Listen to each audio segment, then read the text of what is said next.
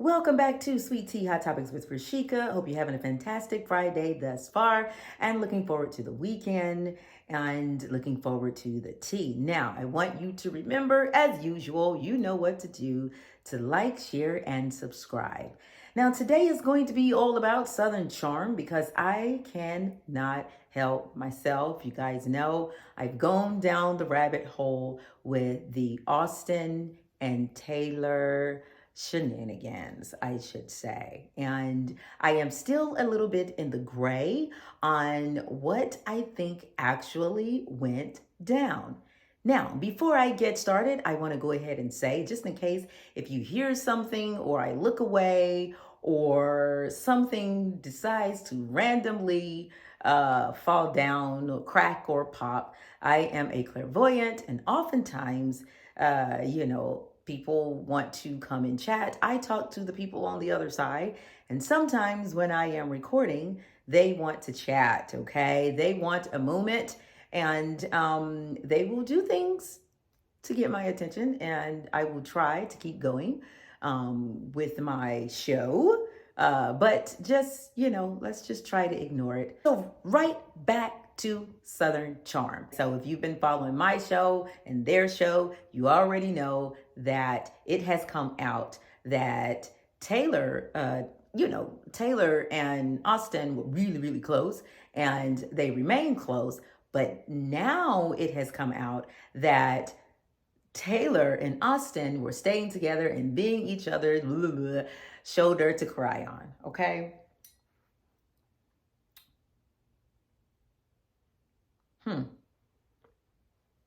I get that. I understand that everybody needs somebody after a breakup. But what I am not feeling is that initially when the information was coming out, it was spilling out little bits and bits here and bits there, it was coming out.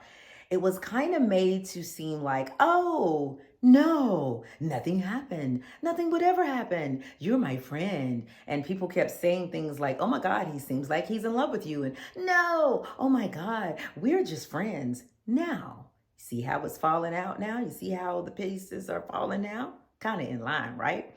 So, Taylor and Olivia are really good friends. And they decide they're going to sit down and have a little chat.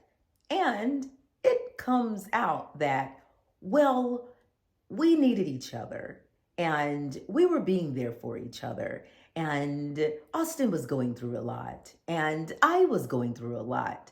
And so while we were going through a lot, we were like, we're feeling something.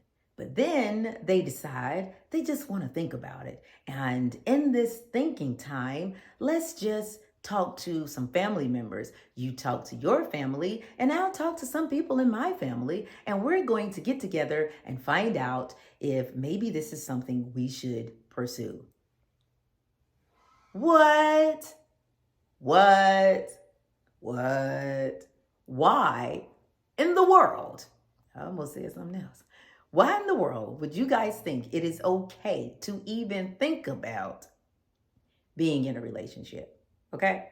Okay. So now this information gets back to Shep.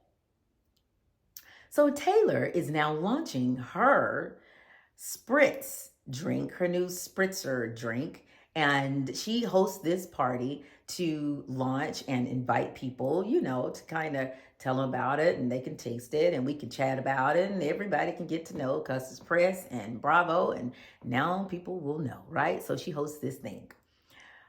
So now Shep catches a little bit of word about the whole, you guys decided, I don't even know who told him, honey, and I watched the show, but it's gotten back to Shep that you two actually had a conversation about pursuing something. They didn't really put a title on it. They just said, if this is something we should look into. I personally agree with Craig when he says that that's BS, that's too much.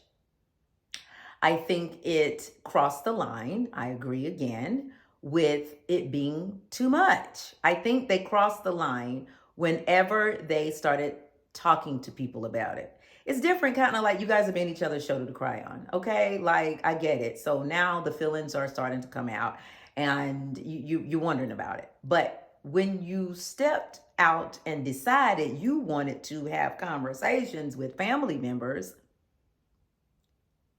that was too much. I don't think the family should have been brought into it, because I feel like it crossed the friend code on both sides, okay? But not quite sure if you saw the scene where whenever she gave this information to Olivia and she just gets up and walks out.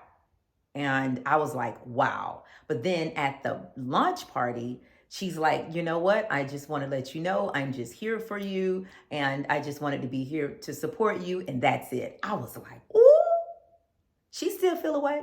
So I'm hoping that Taylor didn't think that she was just going to brush it off and be like, okay, we're cool. No, Taylor, you're not.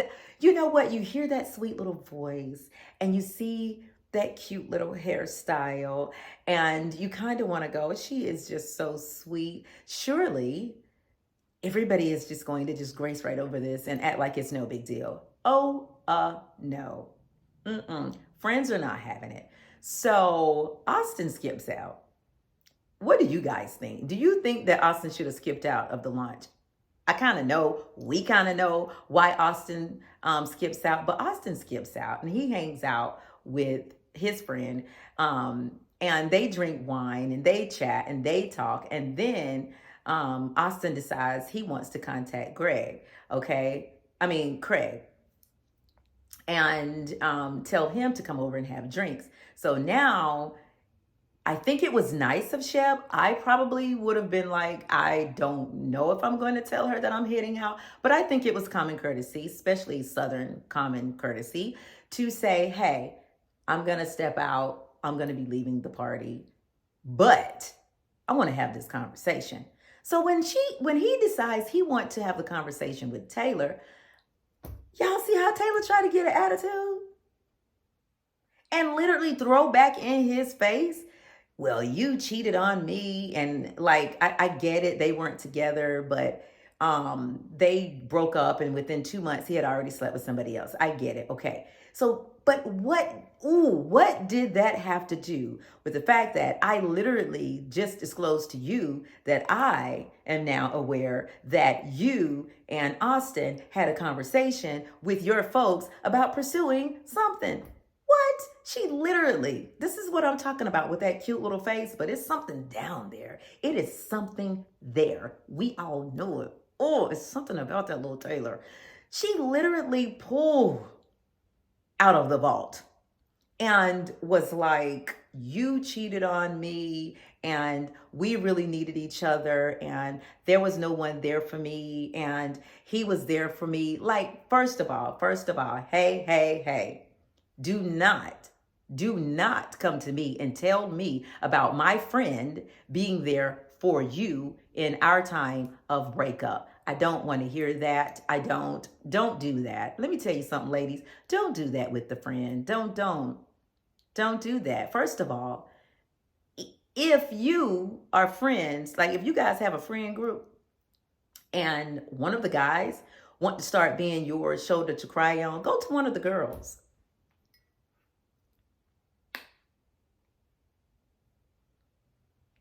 I know a lot of people like to say, you know what, this is a free country and people are free to be with whom they want to. I'm just saying, I'm just trying to help you out. It gets really messy. It gets really messy when this type of thing happens in a friend group. That's the reason why you have code. You know what I'm saying? You want your friends to remain your friends. And sometimes you're even cool with your ex being a friend, or at least you guys been able to be cordial. But you guys got to think about it. When you're in a friend group and you kind of break that friend code, it's really hard for the group to get back together. And then you force people in the group to pick a side, okay? And people don't really want to pick a side just because you guys are in a messy stuff. You guys in some messy stuff. So let's just find somebody else, okay? So she starts tripping, right? But she's not the only person that decides that decides to trip. Okay? So they get in the car. Madison goes with the guys, with the bros, over there to meet with Austen. And how about they get into a conversation that I was hoping would happen. Okay, that's why whenever Craig was like, I'm gonna give you 10 minutes and you're gonna have to come on, because I already done told them that I'm on my way. So he's like, okay, well, just let me think about it, because he's not ready to go and have the conversation with Austen. I get it. I don't blame him. I wouldn't have been ready to, because I'm a little pissed. I'm a little aggravated. Okay, so he's having the conversation with her, but I'm like, don't waste your time talking to her. I think who's most important right now is your boy, okay? But did you guys see how she said right before he walked off, I'm going to be honest too. You're going to get full honesty from me. Girl, let me tell you why I don't think that she's being full honest. Something here got my nose itching right up under my nose. Let me tell you why I don't think that Taylor is going to why I don't think that Taylor is going to be full honest. Honey, they got me so worked up, I can't even get the words out. Because let me tell you, okay, so when Austen and Shep is talking and he's asking him about the things that he's asking him about, what he wants to know, needs to know, why. Okay, I get it. The guys, let's back up. Okay, so the guys sat there, they drank, had a lot of different wine, a lot of wine. Drinks. So by the time he gets there, he's a little drunk, he's a little tipsy, he's a little drunk. So words are not coming together, thoughts are not coming together. But let me tell you where the thoughts came together, friends. You saw it. When he asked, they got to the part where he was saying, well, hey, you guys had a conversation with each other, and then you guys thought that it was relevant to bring the family into it, to question them about what you should do. Bro, sitting there like, smirk, okay, don't like it. And then he gets to the part where he asks, did something happen? Like, was there, like, did it go further or something like that? And then he tells him to describe, like, what happened. First of all, let me tell you something. Don't make me describe anything. I don't need to describe anything to you. You know exactly what I'm asking. You are not that drunketh, okay? Ooh, if that didn't work me, if that did not really work me, I think that Austen knows what he's doing. And I think that Shep has his answer. I don't even think, like, seriously, friends here, I don't even really think that it's relevant anymore. Because he said, did something happen or something like that? And he said, describe something or something in that nature. Paraphrasing. I think that is the answer. I don't even think that it is worth Shep continuing to dig deeper or try to get any answers or question them anymore. Because we all can see right through the lies. You don't need me to break down to you what cheating is. Like, he doesn't need Shep to break down what too far is or what too much is or what cheating is. We are adults here. No one needs to break that down. So, as I stated in the very beginning, I'm still a little gray on the whole saga, but I do believe that we can say something more went down, more than just we were feeling each other and decided to reach out to the fam to see what they thought. Come on now. We are adults. Something happened. More happened. And as I said in my last show about the two of them, that I was wondering how things were going to play out. I was wondering if they were going to become clean or whatever. Something went down.